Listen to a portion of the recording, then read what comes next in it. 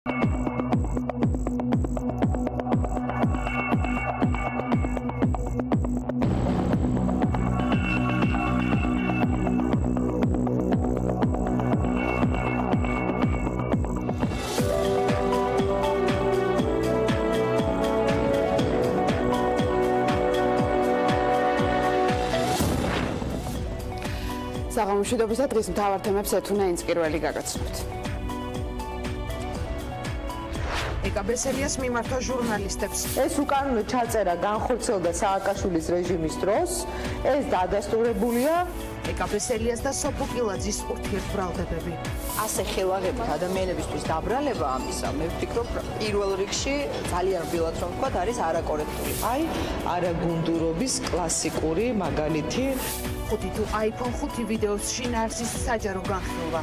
ბრაბედიელის ავლაბრის სასახლეს განთავსდება თუ არა შენობაში კულტურის ცენტრი და მუზეუმი. თავი ამოცანა არის ის, რომ ეს შენობა მოემსახუროს მაქსიმალურად ჩვენ საზოგადოებას, ხალხს და ზუსტად ამ იდეით იქნება დაკარნახები ამ სამუშაო ჯგუფის საქმიანობა. პარტიის თავმჯდომარე ამედიას მხარს უჭერს. სამუშაო ჯგუფის გადაწყვეტილება და აზრთა სხვადასხვაობა საზოგადოებაში. წარმომადგენლობითი ფუნქცია მაინც რჩება პრეზიდენტის ინსტიტუტს. ძალიან მნიშვნელოვანია, რომ ეს ცერემონიალურობა ჩვენ არ გავზომოთ კვადრატულ მეტრებში. რამდენად შესაძლებელია ამ სივრცის, რომელიც საოფისეთ არის აშენებული, ადაპტირება მუზეუმით. დაპირისპირება 61 საჯარო სკოლაში რა გახდა მოსწავლეთა ჩხუბის მიზეზი. გვარი ცოტა დამახინჯებული, რაღაცა ეს ერთმა მეორეს ასე უთხრა და ამაზე მოხდა ეს ყველაფერი. დაკითხვები პოლიციაში. არაფერი არ მომხდარა, უბრალოდ შელაპარაკება იყო ბავშვებს შორის. და განათლების მინისტრის კომენტარი. ინციდენტი აღმოფხრილია ახლა როგორც ვიცი, ასევე ახლა მნიშვნელოვანია რომ გააგრძელოს მუშაობა მანდატურმა. დაპირისპირების დეტალები დღის ამბებში 10-ზე. ქართული თეატრისა და კინოს მსახიობი გურანდა გაბუნია 80 წლის ასაკში ავადმყოფობის შედეგად გარდაიცვალა. გურანდა გაბუნია ცოტა ხნის წინ საავადმყოფოში გარდაიცვალა. ამ დროისთვის ხედარს ექსპერტიზა utardeba, რის შემდეგაც მსახიობს სახლში გადაასვენებენ. მსახიობს ნათამაშები აქვს 20-მდე ქართულ ფილმში, მიღებული აქვს ღირსების ორდენი. გურანდა გაბუნია ასევე იყო კოტე მარჯანიშვილის სახელობის პრემიის ლაურეატი და საქართველოს სახალხო არტისტი.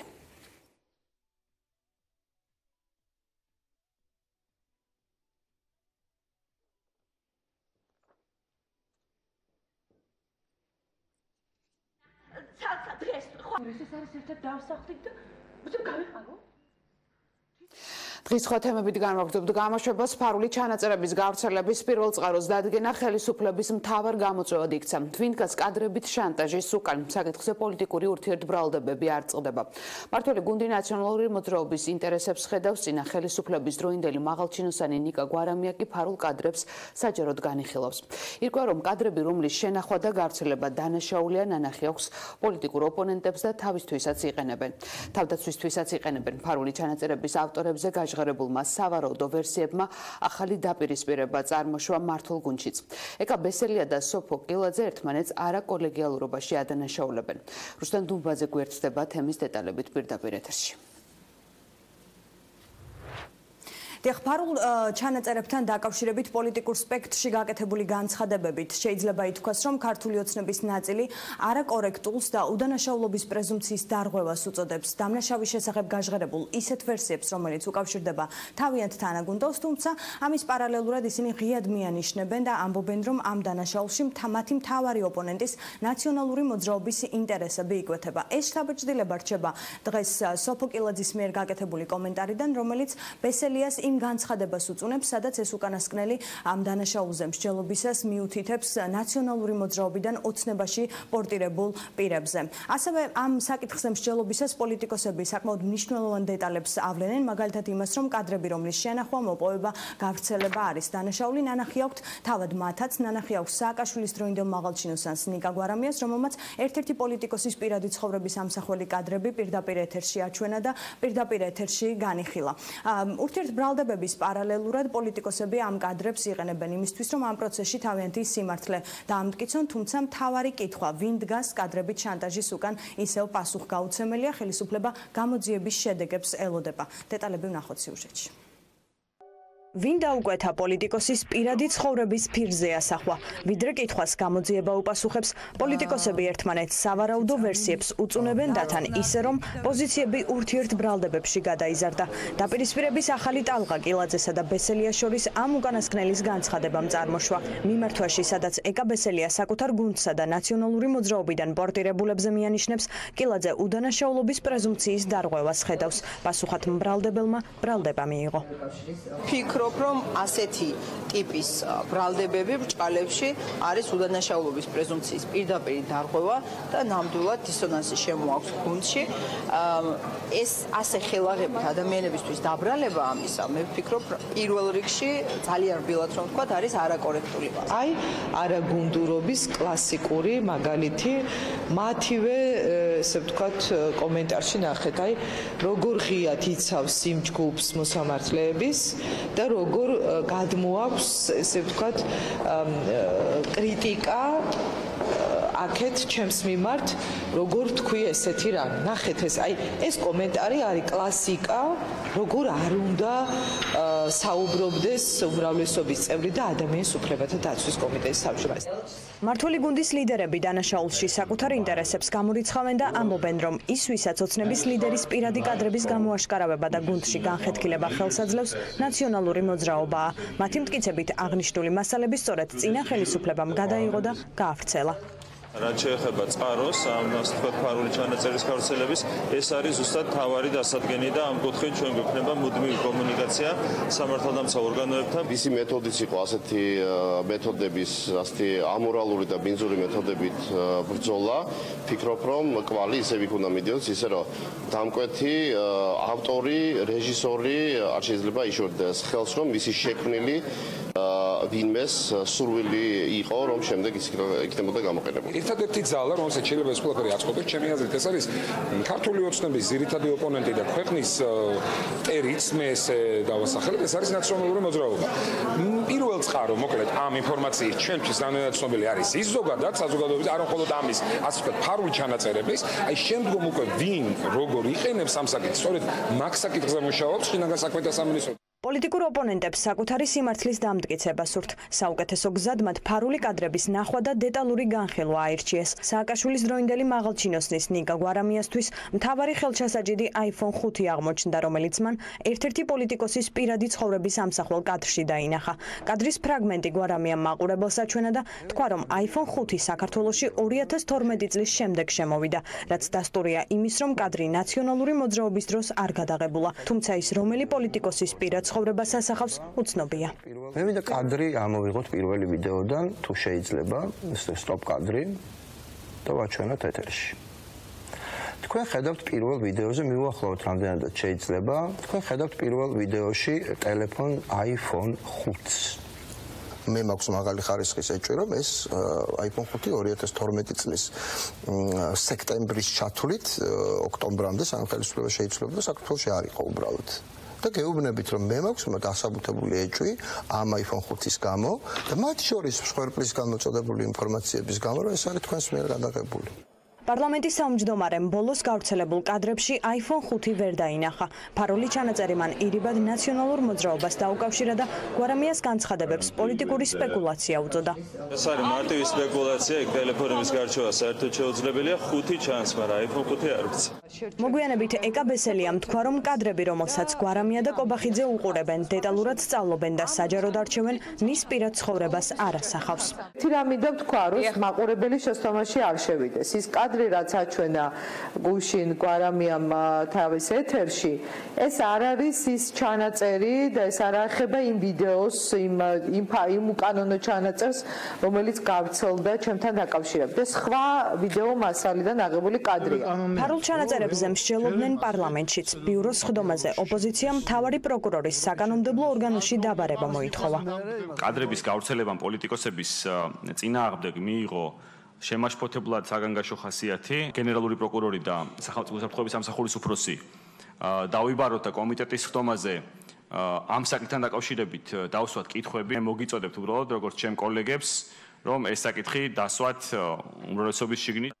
პირადი ცხოვრების ამსახველი კადრების გავრცელების პირველ წყარომდე გამოძიება ჯერ ვერ მივიდა. გასამართლებულები არიან ისინი, ვინც კადრების სოციალურ ქსელში ნახეს და გაავრცელეს. ფაქტი პოლიტიკური სპექტრის ყველა მხარემ დაგმო, თუმცა ფაქტია ისიც, რომ პოლიტიკოსები ურთიერთბრალდებების პარალელურად სხვისი პირადი ცხოვრების კადრებს უყურებენ და მასში საკუთარი სიმართლის მარცვლებს ეძებენ.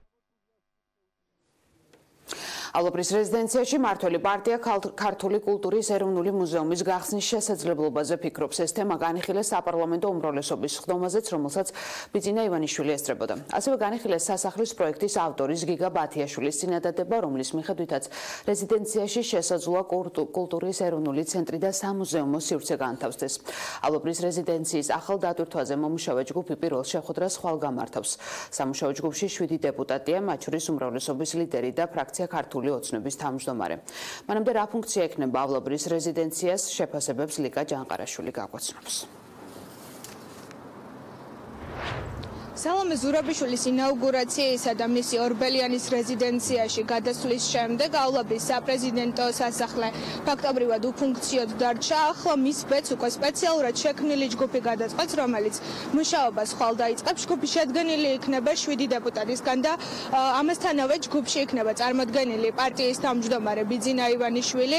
ჩვენ ვესაუბრეთ იმ ადამიანს, რომელიც იქნება ასევე ჯგუფში წარმოდგენილი, არქიტექტორი და დამპროექტებელი თავად პრეზიდენტის რეზიდენციისა გიგა ბათიაშვილი, რომელიც ჩვენთან საუბარში ამბობს, რომ ავლაბრის რეზიდენციის დაპროექტებისას მისი თავდაპირველი იდეა იყო სწორედ ეროვნული, კულტურული და ისტორიული ქვეყნის სიმდიდრის წარმოდგენა და მას შემდეგ უკვე გადაწყვიტა ქვეყნის ექს-პრეზიდენტმა მიხეილ სააკაშვილმა, რომ ის გადაექცია საპრეზიდენტო სასახლედ. ხვალ გიგა ბათიაშვილი საპარლამენტო ჯგუფთან ერთად იმსჯელებს იმ საკითხზე და უკვე სწორედ მსჯელობის შემდეგ გადაწყდება რა ბედია წევა და იქცევა თუ არა ავლაბრის რეზიდენცია კულტურის ეროვნულ მუზეუმად. ავტორი ვარ მაგ შენობის და ჩემი არის გაკეთებული და დაპროექტებული იყო თავიდანვე არა რეზიდენციაც, არამედ საქართველოს რაობის წარმოსაჩენი, რომელიც მე მისას გამოიყენა რეზიდენცია. კი ბატონო, ხვალ გაქვთ სამუშაო შეხვედრა, როგორც ვიცით, ჯგუფთან ერთად და თქვენ იქნებით იქ წარმოდგენილი როგორც უკვე ამ მუზეუმად გადაქცევის ავტორი, ხო? რა თქმა უნდა, რა თქმა უნდა. ავლაბრის რეზიდენცია პოლიტიკური დაპირისპირების საგანი აქამდეც არაერთხელ ყოფილა, მას შემდეგ რაც ახალი ხელისუფლება მოვიდა.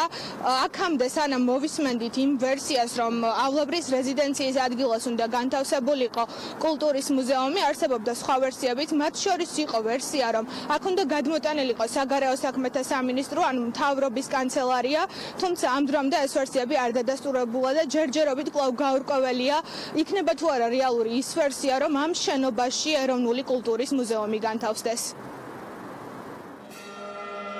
პოლიტიკის გამო ფუნქცია დაკარგული პრეზიდენტის რეზიდენცია შენობა, რომელსაც ბევრი ვერსიის შემდეგ ამჯერად მუზეუმად გადაქცევა მოუფიქრეს. გადაწყვეტილება ჯერ არ მიუღიათ შესაბამისად კითხვა თუ რა ბედიელის ავლაბრის სასახლეს უპასუხოდ რჩება.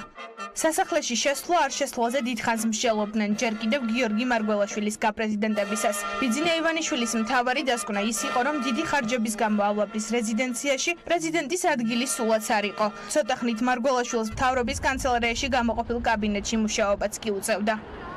გიორგისაც რამდენჯერმე საბჭოზე დაუსვი, როდესაც ეს კანდიდატი იყო, ჯერ კიდევ გამარჯვებული არ იყო, ექნებოდა თუ არა სული. ყველაზე აგრესიული სასახლეში გადასვლაზე იყო სწორედ რომ გიორგი. იმიტომ რომ ეს არის ძალადობის, სიბოროტის და გარყვნილობის სიმბოლო, აი გიორგის სიტყვები. მეოთხე პრეზიდენტმა უკან არ დაიხია პოლიტიკური გადაწყვეტილების მიღებისთანავე სასახლეში შევიდა, თუმცა პირველ ქალ პრეზიდენტს გაპრეზიდენტებამდე უკვე გადაწყვეტილი ჰქონდა ავლაბრის სასახლის ორბელიანის რეზიდენციაში გაცვლა. იმ ახალი პრეზიდენტისთვის, იმ ქალი პრეზიდენტისთვის არის სრულიად შესატყვისი ის ორბელიანების სასახლე, რომელსაც აქვს სხვა დატვირთვა ჩემთვის პირადად. ორბელიანის სასახლე ძალიან ჩემთვის არის სრულიად მისაღები. ბევრად უფრო ევროპული ყაიდის სასახლე არის, ვიდრე ეს მასშტაბური რაღაცა სხვა რამეებს მაგონებს ეს მასშტაბური შენობა. ბოლო უმრავლესობის ხდომაზე, რომელსაც ბიძინა ივანიშვილიც ესწრებოდა, ავლაბრის სასახლეზე კიდევ ერთხელ იმსჯელეს და ახალი სიცოცხლეც გამოუძებნეს. ივანიშვილი არ საუბრობს, თუმცა დეპუტატები მის აზრს ახმოვანებენ და განმარტავენ, რომ პარტიის ხელმძღვანელს მოსწონს რეზიდენციის კულტურის მუზეუმად გადაქცევის იდეა.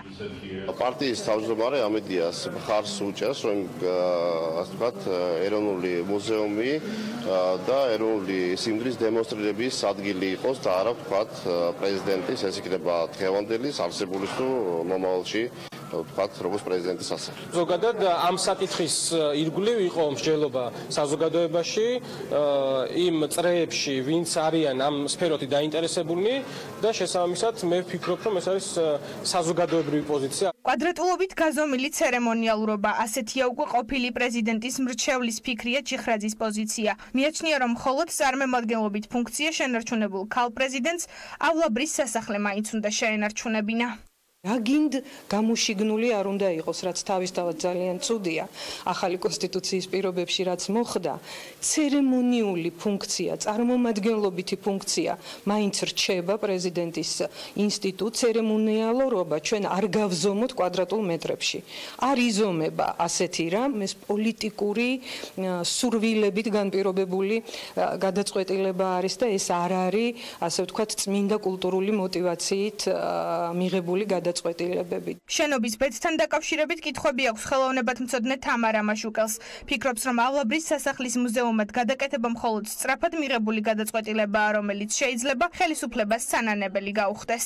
რამდენად შესაძლებელია ამ სივრცის, რომელიც საოფისეთ არის აშენებული, ადაპტირება მუზეუმის. მე ძალიან მეშინია, რომ ამ ნაჩქარებ გადაწყვეტილებაში, იმიტომ რომ ჩვენ უბრალოდ მოვხვდით ასეთ მოცემულობაში, რომ ფუნქციას არსებული შენობას არსებული ფუნქცია გამოვაცალით, ახლა სწრაფად ვფიქრობთ, რომ რაიმე მივანიჭოთ. აი ამ სისწრაფეში ჩვენ რაღაც მოვიფიქრებთ, რაღაც ძალიან კიჩურ, ესე ვთქვათ, ფუნქციას. ოპოზიცია ავლაბრის სასახლეში გადასვლისკენ არათუ პრეზიდენტს არამედ პრემიერ-მინისტრს მოუწოდებს. რომან გოცირიძეს მიაჩნია, რომ ახლა ქვეყანაში ორი სასახლე გვაქვს, რაც ბიუჯეტიდან ხარჯებს ზრდის. მისი თქმით, ავლაბრის რეზიდენცია ქვეყნის პირველი პირისთვის აშენდა და სამხედრო ფუნქციებიც გააჩნია. ეთილი ინებოს და ნუ ეშინია ბიძინა ივანიშვილის ასე ვთქვათ მუხარისუ წყევლის და გადავიდეს პრემიერ-მინისტრი ამ შენობაში. ეს არის პრემიერ-მინისტრისათვის ქვეყნის მთავარი ასე ვთქვათ სახელმწიფოს პირველი პირისათვის განყოფილი შენობა ნაგებობა. დამატებით ფულს ნუ ხარჯავთ და ნუ ფლანგავთ. სამუშაო ჯგუფი, რომელიც სასახლის ბედს გადაწყვეტს, უკვე შექმნილია. ისინი ხვალ საკანონმდებლო ორგანოში იდეის ავტორთან გიგა ბათიაშვილთან ერთად პირველად იმსჯელებენ. დღეს შთაბეჭდილების შექმნის მიზნით შენობაც კი დაათვალიერეს. პრეზიდენტის ავლაბრის სასახლე ერთადერთი სულაც არაა ბედგადაუწყვეტელი და ფუნქცია დაკარგული შენობების სიაში. 2015 წლიდან გაურკვეველია რიყის დოქების, წელს კი უკვე ქუთაისის პარლამენტის ფუნქციაც. ვითხოვთ რეორგანიზაციის პროცესის გაუქმებას ილიაუნის ბიზნეს სკოლის ყოფილი დეკანი გიორგი ქადაგიძე ილიაუნის ადმინისტრაციას 24 საათს აძლევს. გიორგი ქადაგიძემ სტუდენტებთან ერთად ილიაუნის ადმინისტრაციას რამდენიმე მოთხოვნა წაუყენა, მათ შორისაა უნივერსიტეტის მიერ გამოცხადებული რეორგანიზაციის პროცესის შეჩერება და ბიზნესის სკოლისთვის ძველი სტატუსის დაბრუნება. ამასთან რეორგანიზაციასთან ერთად ყოფილი დეკანი ითხოვს არჩევნების ხელახლა ჩატარებას და ბიზნესის სკოლის წარმომადგენლობით ორგანოების ისეთი კადრებით დაკომპლექტებას, რომლებიც უნივერსიტეტზე ამ მიმართულებით იმუშავებენ. მის მოთხოვნებში ასევე შედის, რომ უნივერსიტეტის ფინანსები იყოს გამჭვირვალე. ილიას სახელმწიფო უნივერსიტეტმა გიორგი ქადაგიძე დაკავებული თანამდებობიდან რამდენიმე დღის წინ გაათავისუფლა. ჩვენ ვითხოვთ რეფორმების ჯგუფს, რეალური რეფორმების ჯგუფს გაუქმებას იმ ფარსი რეორგანიზაციის, რომელიც შემოგთავაზა ცენტრალურმა ადმინისტრაციამ, თავიდან ჩატარებას არჩევნების, რეალური არჩევნების, რომ ბიზნეს სკოლის წარმომადგენლობები კოლეგიალურ ორგანოში დაკომპლექტდეს იმ ხალხით, ვინც რეალურად დაიცავს ბიზნეს სკოლის ინტერესებს. 24 საათი მიცემულია ზუსტად იმის გამო, რომ ზუსტად ამ ვადაში მოხდა ამ გადაწყვეტილების მიღება და ამ გადაწყვეტილების შეტრიალებისთვისაც ვითხოვთ ზუსტად იგივე დრო. მე არ მინდა ულტიმატუმების ენით ლაპარაკი, მე არ მინდა შანტაჟის ენით ლაპარაკი, მე მინდა განხორციელდეს რეფორმები, რომელიც დადებს შედეგს.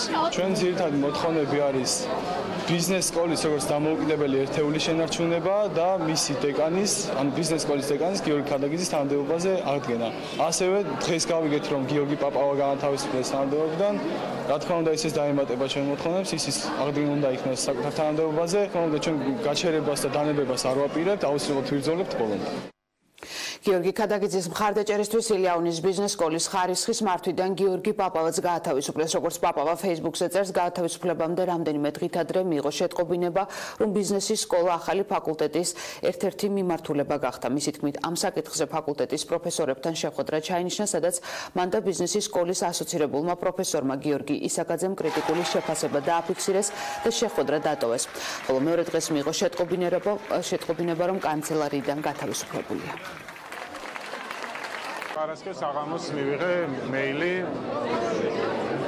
უნივერსიტეტის კანცელარიიდან მეილი შინაარსი იყო გთხოვთ გაეცნოთ ამა და ამ ნომრის მას ჰქონდა მიმაგრებული ფაილი რომელიც გავხსენი და სადაც იყო მითითებული რომ შრომის კოდექსის 37 მუხლის ქვეპუნქტით გამათავისუფლეს, როდესაც ეს ცვლილებები განხორციელდა მე პროტესტის ნიშნად ის შეხვედრა დავტოვე და სავარაუდოდ ცენტრალური ადმინისტრაციის განმოსახედიდაც მე მათი გადმოსახედით ხარი დავიჭირე და ალბათ გადაწყვიტეს რომ ეს იყო მარტივი ფორმა ჩემი რაღაც კონკრეტული საქმიანობიდან ჩამოშორების. სხვა მიზეზი ჩემთვის ძნელია მოვიყვანო. ძალადობის მუხლით დაიწყო გამოძიება შინაგან საქმეთა სამინისტრომ თბილისის 61 საჯარო სკოლაში მომხდარ ინციდენტზე. გამოძიების ფარგლებში გამოძიებლების კითხვებს დაპირისპირების მონაწილე მოსწავლეებმა პასუხისმგებელ პირებთან ერთად უპასუხეს. ფიზიკური დაპირისპირება 2-12 კლასელ შორის გაკვეთილის მიმდინარეობისას დღეს დილით მოხდა. ფაქტზე მანდატურმა რეაგირება მოახდინა და მომხდარის შესახებ 112 შეტყობინა. ნახოთ ხუმრობით დაწყებული კონფლიქტი მოსწავლეებს შორის. არის ცოტა დამახინჯებული, რაღაცა ეს ერთმა მეორეს ასე უთხრა და ამაზე მოხდა ეს ყველაფერი. ამ ხუმრობის გამო 61 საჯარო სკოლის მე-11 კლასის მოსწავლეები ერთმანეთს ფიზიკურად დაუპირისპირდნენ. ინციდენტი მესამე გაკვეთილის დაწყებისთანავე მოხდა. დაპირისპირებისას სახის არეში მცირე დაზიანება ერთ-ერთმა არასრულწლოვანმა მიიღო, თუმცა ადგილზე გამოძახებული სასწრაფო დახმარება საჭირო არ გამხდარა. არანაირი კონფლიქტი აღარ არის, არც იყო პატარა წაკიკვავება იყო.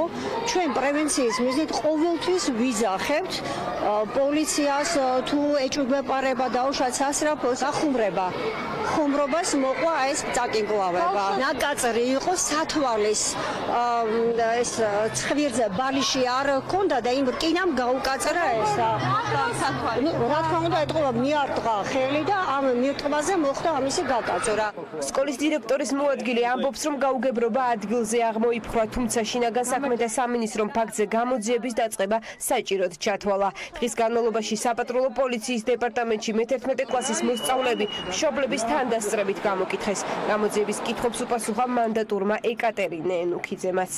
არაფერი არ მომხდარა, უბრალოდ შელაპარაკება იყო ბავშვებს შორის. ერთი აქედან დაარტყა, მეორე იქიდან სხვა არაფერი არ იყო. რა კითხვები ქონდა, რა კითხვები? არაფერი. საერთოდ არაფერი არ გაგრძელდება ხალხო გამაგიჟებ არაფრისგან უღადი წამოდი კონფლიქტი არ მქონდა შენთან დაზიანება სახელი აგერნიშნა დააშკარა დაზიანება პასუხის ისკამი რა მოხდა არაფერი არ მოხდა რა დაგვეციეთ ვერ გავიგე კაცრავად თქვენ ჩხუბე ფიზიკური შეურაცხყოფა თქვენი დაანებე დამავკერდ ხო დაალება თავიდან ფაქტზე ისაუბრა განათლების მინისტრმაც, მისი თქმით არასრულწლოვანებთან ფსიქოლოგები იმუშავებენ. ეხლა მნიშვნელოვანია რომ გააგრძელოს მუშაობა მანდატურმა, იგივე ფსიქოლოგიური სამსახური ჩაერთვება, რომელიც მშობლებთან გააგრძელეს მუშაობა, მაგრამ რაც თავარია, რეაგირება მოხდა სწრაფად და იმედი გვაქვს, რომ ეს ინციდენტი სწრაფად დასრულდება და აღარ განვლება. გახარიას უწყება გამოძიებას 126 მუხლით აწარმოებს, რაც ძალადობას გულისხმობს. აქტიური საგამოძიებო მოქმედებები ამ დრომდე მიმდინარეობს. გამოკითხვები კი სავარაუდოდ ხვალაც გაგრძელდება. სახელმწიფო აუდიტის სამსახურმა ძალოვანი უწყებების უნიფორმებით უზრუნველყოფის ეფექტიანობის აუდიტი ჩაატარა. როგორც აუდიტის სამსახურში განმარტავენ, შემოწმებული უწყებებიდან უნიფორმებით სრულყოფილად მხოლოდ შინაგან საქმეთა სამინისტრო არის უზრუნველყოფილი. მათივე მონაცემებით საქართველოს თავდაცვის სამინისტრო საკმარისად არ არის უზრუნველყოფილი სხვადასხვა დასახელების ფორმით. დაცვის პოლიციაში საორიენტაციო ნომრებთან შედარებით უნიფორმის ნაკლები ოდენობა გაიცემა. საპატრულო პოლიციის დეპარტამენტი ფორმით უზრუნველყოფილია გარდა ფეხსაცმლისა. საჯელო აღსრულებისა და პრობაციის სამინისტრო არ არის უზრუნველყოფილი ნორმით განსაზღვრული უნიფორმებით. ამასთან აუდიტის სამსახურში ამბობენ, რომ რიგ შემთხვევებში ხდება რესურსების არაპროდუქტიული გამოყენებაც და ნორმის განსაზღვრის ნაკლოვანებაც. სახელმწიფო აუდიტის დასკვნა ძირითადად მოიცავს 2017 წელს. 2017 წლამდე მომდინარეობდა გარკვეული სახის პრობლემები და დანაკლისები, რაც მემკვიდრეობითი ხასიათის იყო, რაც 2018 წლის შესყიდვაში მნიშვნელოვნად გაუმჯობესდა და აისახა. კერძოდ, არამც თუ 100%-მდე შეივსო სამხედრო მოსამსახურეების სანივთო კომუნიკაციით მომარაგება, არამედ შეიქმნა ის მარაგები, რომელიც 2019 წელს და შემდგომ წლებში უკვე წარმოქმნის იმის მტკიცე საფუძველს, რომ სამხედრო მოსამსახურეები იყვნენ უზრუნველყოფილი მაღალი ხარისხის და მაღალი სტანდარტის უნიფორმით, სამხედრო ფეხსაცმლით და სხვა სანივთო ქონებით. ყველა შესყიდვას ეს იქნება გამარტივებული თუ ელექტრონული ტენდერის საშუალებით, წინ უძღვის ბაზრის კვლევის პროცედურა და აბსოლუტურად ყოველთვის თავდაცვის სამინისტრო ყიდულობს ბაზარზე არსებული უმდაბლესი ფასის წარმომდგენი სუბიექტისგან ამა თუ იმ ქონებას.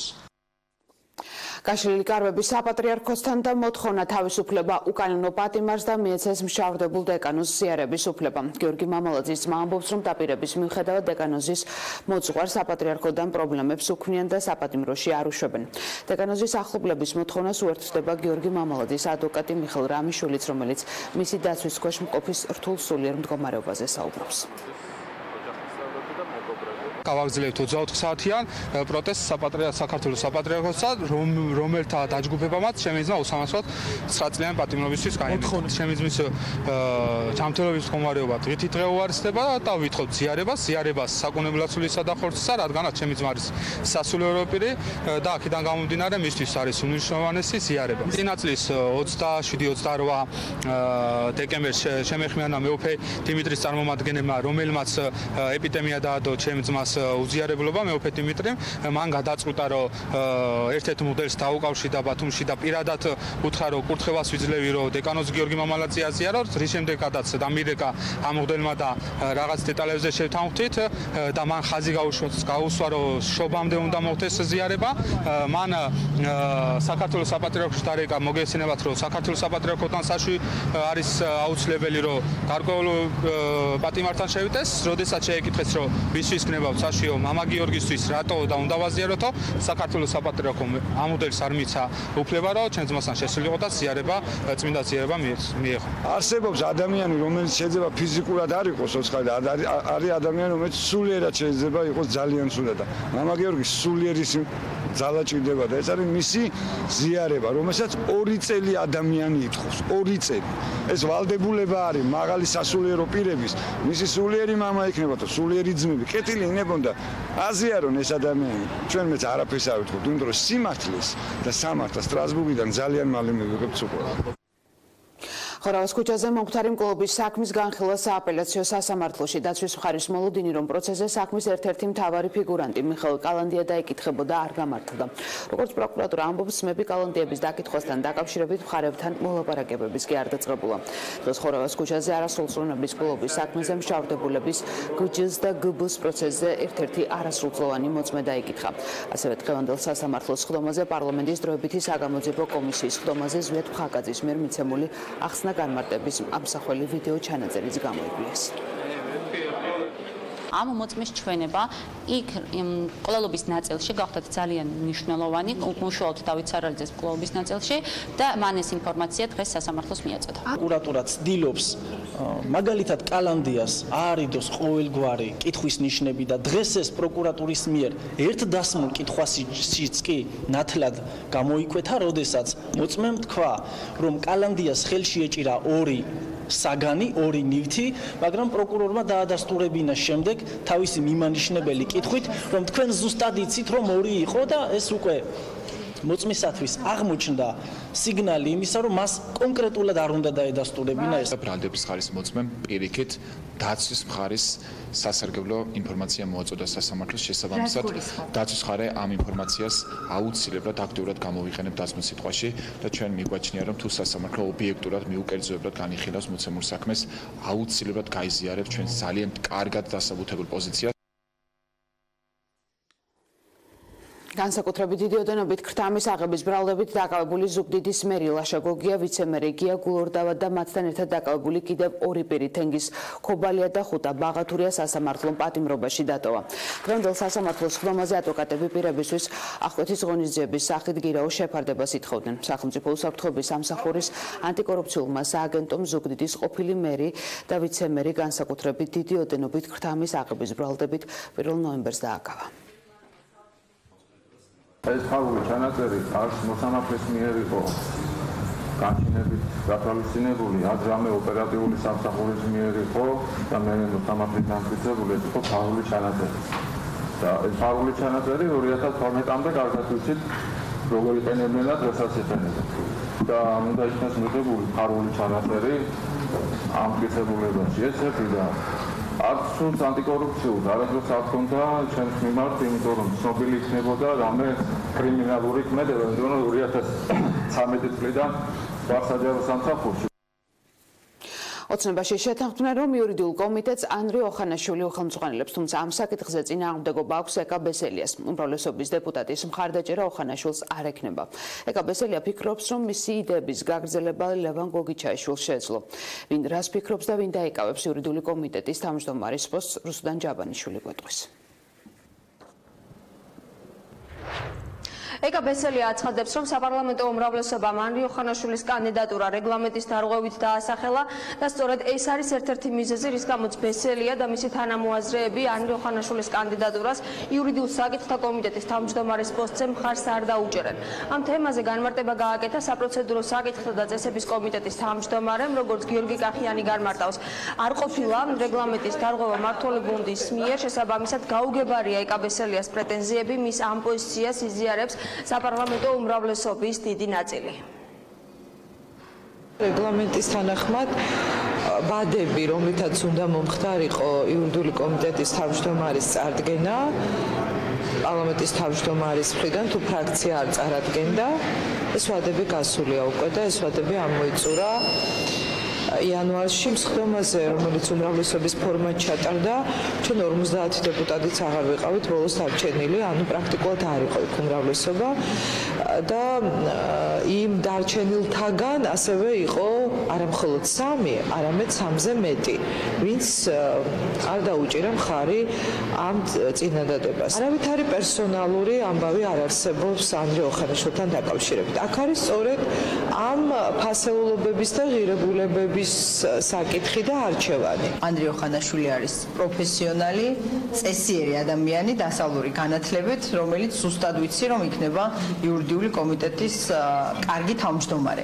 და მე დარწმუნებული ვარ, რომ ჩვენ მას ავირჩევთ, იმიტომ რომ ქართული ოცნების გუნდის უმრავლესობაში მიღებული არის ეს გადაწყვეტილება და ჩვენ უბრალოდ გავყვებით პროცედურებს, არავითარი რეგლამენტის დარღვევას არ ქონია ადგილი, იმიტომ რომ ის ვადა, რომელიც იყო მითითებული რეგლამენტში 7 დღიანი ვადა, ეს ბუნებრივია ვრცელდება სამუშაო პერიოდზე, ანუ პარლამენტის სამუშაო პერიოდზე. როდესაც კომიტეტის თავმჯდომარეს უწყდება უფლებამოსილება, იქ არის ვადები. 7 დღიანი ვადა არის, როდესაც შეუძლია ფრაქციას, უმრავლესობას ან უმცირესობას დაასახელოს კანდიდატურა, თუ ამ 7 დღეში არ სახელდება, შემდგომ 5 დღიანი ვადაა, მაგრამ თუ ეს დაემთხვა მორიგ სესიებს შორის პერიოდს, ანუ ამ შემთხვევაში დეკემბრის ბოლოს მოხდა, ხო, ქალბატონი ეკას თანამდებობიდან ოფიციალურად ესე ვთქვათ განთავისუფლება, უბრალოდ გადადგომა, ასეთ შემთხვევაში ეს ვადები ჩერდება და ეს ვადები განახლდება უკვე მომდევნო სესიის დროს. საგაზაფხულო სესიაზე ეს ვადები განახლდება. საგაზაფხულო სესია პარლამენტში ხვალ გაიხსნება და ერთ-ერთი საკითხი, რაზეც გადაწყვეტილებას მიიღებს საკანონმდებლო ორგანო, იქნება სწორედ ეკა ბესელიას შემცვლელის ვინაობა. მმართველი გუნდის მიერ დასახელებული ანრი ოხანაშვილის კანდიდატურა და დიდი ალბათობით სწორედ ის დაიკავებს ეკა ბესელიას კაბინეტს. დგები ჩემთვის უმძიმესი არჩევანის წინაშე ან დავასრულო კარიერა, ან ვიფიქრო სხვა ქვეყნის სახელით ასპარეზობაზე. ზურაბ დათუნაშვილის 2 არჩევანი და ღია წერილი საზოგადოებას. ევროპის ჩემპიონი ჭიდაობის ფედერაციიდან გეგა გეგეშიძის და მისი გარემოცვის ჩამოცილებას ითხოვს. სპორტსმენი მთავრობას, სპორტის სამინისტროს და ოლიმპიურ კომიტეტს მიმართავს პრობლემით დაინტერესდნენ. დატოვებს თუ არა თანამდებობა ჭიდაობის ფედერაციის პრეზიდენტი და განაგრძობს თუ არა ზურაბ დათუნაშვილი საქართველოს სახელით ასპარეზობას ფედერაციის პრეზიდენტს. აღნიშნულ საკითხზე დღეს კომენტარი არ გაუკეთებია სამაგეროდ საკითხს დათუნაშვილი სხვა ადრესატები გამოეხმაურნენ ვნახოთ ვინ როგორ შეაფასა ზურაბ დათუნაშვილის განცხადება და ვინ უჭერს ევროპის ჩემპიონს მხარს არჩევანის წინაშე მდგომი სპორტსმენი და ორი გზა, ან დასრულებული კარიერა, ან სხვა ქვეყნის სახელით ასპარეზობა. ამ მძიმე გადაწყვეტილების მიღება დათუნაშვილს იმ შემთხვევაში მოუწევს, თუ ფედერაციის პრეზიდენტი გიგა გეგეშიძე და მისი თანამოაზრეები თანამდებობას არ დატოვებენ. ჩემპიონმა აღნიშნული ინფორმაცია სოციალური ქსელის მეშვეობით გაავრცელა და შესაბამის უწყებებს საკითხით დაინტერესებისკენ მოუწოდა. ამის იქით მე წასვლელი არ მაქვს, მე ვფიქრობდი რომ აქამდე ამ ადამიანს ეყოფოდა ის შეგნება რომ გადამდგარიყო თვითონ. მაგრამ არ აღმოჩნდა ესე, ყველაზე მძიმე გადაწყვეტილება რომ საქართველოს დავტოვო და ჩემს სპორტული კარიერას თავი დავანებო. უბრალოდ სხვა გზა აღარ დამიტოვეს ამ ადამიანებმა. დათუნაშვილის ადრესატები სპორტის სამინისტრო, ოლიმპიური კომიტეტი და პარლამენტის სპორტის კომიტეტია. ყველა უწყებაში თანხმდებიან, რომ პრობლემა დათუნაშვილმა და ჭიდაობის ფედერაციამ დიალოგით უნდა მოაგვაროს. ალტერნატიულ ვარიანტად კი აღმასკომის სხდომის მოწვევას განიხილავენ. ჩვენთვის მართლა ძალიან მნიშვნელოვანია, რომ ნებისმიერ სპორტსმენს ჰქონდეს 7 გარემოში, როგორც ვარჯიშიც, ისე ტურნირებისთვის მომზადების და რასთავარია გამოსვლის შესაძლებლობა. ერთადერთი გზა თავისთავად არის კომუნიკაცია, დიალოგის ფორმა, რომ ესეთი პრობლემები წამოჭრილა იგივე სპორტში, რომელიც უკვე წარმატებით დაძლეულია სხვა სფეროებში. ამ საკითხთან დაკავშირებით აღმასკომა უნდა მიიღოს გადაწყვეტილება, თვითონ კოლექტივმა უნდა მიიღოს გადაწყვეტილება ჭიდაობის სამყარო. ყველაზე მნიშვნელოვანია ფედერაციის გადაწყვეტილება. სპორტსმენმა არ უნდა გადააყენოს ფედერაციის პრეზიდენტი. უნდა შეიკრიბოს აღმასკომი. აღმასკომი დაახლოებით 45 წევრისგან შედგება, სადაც არიან ღვაწლმოსილი სპორტსმენები, თვითონ მუშაკები, რომლებიც იქ მუშაობენ და ამ ადამიანებმა უნდა მიიღოს საერთო გადაწყვეტილება. მიუხედავად არაერთი მოწოდებისა დათუნაშვილის განცხადებას დღეს ფედერაცია არ გამოეხმაურა. გეგეშიძე მისი მიმართვა უპასუხოდ დატოვა. უპასუხოდ დატოვეს ევროპის ჩემპიონი თავად მოჭიდავეებმაც. მიუხედავად ამისა დათუნაშვილი ამბობს, რომ სპორტსმენები მის გვერდით არიან, უბრალოდ საჯარო განცხადებებს ერიდებიან. მარტო არ ვარ ჩემსგან, უამრავი ხალხია, ჩემთვის ჭიდაობის ოჯახი არის თითოეული ადამიანი, ვისაც ჭიდაობა ტკივა. და რაც შეეხება სპორტსმენებს, ჩემს გვერდით ის ადამიანებიც არის მოდიან და მიჭერენ მხარდაჭერას, რომლებიც აქციაზე იდგნენ და მეუბნებიან, რომ ზურაბ შენს გვერდით ვართ, უბრალოდ ვერ ვახერხებთ გამოსვლას საჯარო თქმას. სპორტსმენებისგან განსხვავებით ევროპის ჩემპიონს სოლიდარობა პარლამენტში დეპუტატებმა გამოუცხადეს.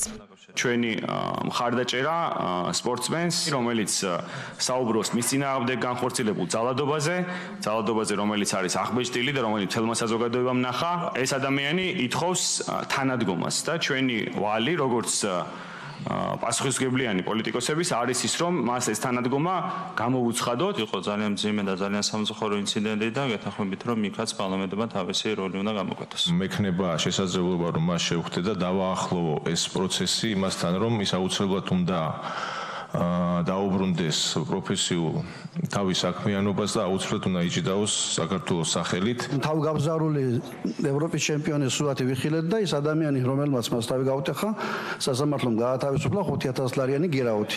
11 იანვარს ზურაბ დათუნაშვილსა და რობერტ კობლიაშვილს შორის ფინალური შეხვედრისას მსაჯის მიერ მიღებულმა გადაწყვეტილებამ ჩხუბი გამოიწვია. დაპირისპირებაში ჩართულნი იყვნენ როგორც თავად სპორტსმენები, ასევე საქართველოს ჭიდაობის ფედერაციის პრეზიდენტი. გეგა გეგეშიძე პოლიციამ მას შემდეგ დააკავა, რაც მოჭიდავეზე ცივი იარაღით თავდასხმის კადრები მედიაში გავრცელდა. მიუხედავად ამისა, სასამართლომ გეგეშიძე გირაოს სანაცვლოდ გაათავისუფლა. ის ამ დრომდე ფედერაციის პრეზიდენტის თანამდებობას ინარჩუნებს. ტრადიციულ უკრაინულ ფეხსაცმელს პოსტოლს რაც დრო გადის, უფრო და უფრო იშვიათად შეხვდებით. კარპატების ერთ-ერთ უკანასკნელ გუცული ხარაზის საქმეს გამგრძელებელი თითქმის აღარ ყავს. ნახოთ მივიწყებული უკრაინული ტრადიცია რადიო თავისუფლების სიუჟეტში. ტრადიციული უკრაინული ფეხსაცმელი პოსტოლი, რომელიც ხელითაა ნაკეთები, რთულ დეტალებს შეიცავს. ეს არის ტრადიცია, რომელიც ყოველ ოჯახშია საჭირო, ვინაიდან ეს ქარგვასავითაა. ამ ტრადიციაში ჩვენ შთამომავლობას გადავცემთ. ტარას ზვინჩუკის თქმით, ის აპოსტოლის უკანასკნელი პროფესიონალი ოსტატი უკრაინის კარპატების ამ ნაწილში, სადაც გუცულების უმცირესობა ცხოვრობს. И значит, тато уже я что туда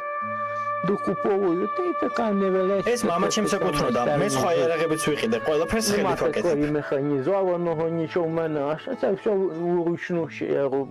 ყველაფერი ხელით კეთდება. საკინძით დაწყებული მძივით, ფეხსაცმლის ზედა ნაწილით და ლანჩით დამთავრებული. ვიღებს ტყავს და ფეხსაცმლის ფორმას ვჭრით. ყოველი ზომისთვის ტყავს წინასწარ ვჭრით და ვამზადებ. მე თბილ წყალში ჩალბობაა საჭირო. თითო წყვილის დამზადება 3 დღემდე სჭირდება. ძვინჩუკი მათ დაახლოებით $30 ყიდის. დღემდე მას 5000 წყვილზე მეტი აქვს შეკერილი. პოსტოლის ჩვეულებრივ ტრადიციულ სამოსთან ერთად იცვამენ გუცულების ქორწილში ან სხვა ტრადიციულ დღესასწაულზე. ახალგაზრდა უკრაინელებს მოსწონთ პოსტოლი, რადგან ის იოლის სატარებელია.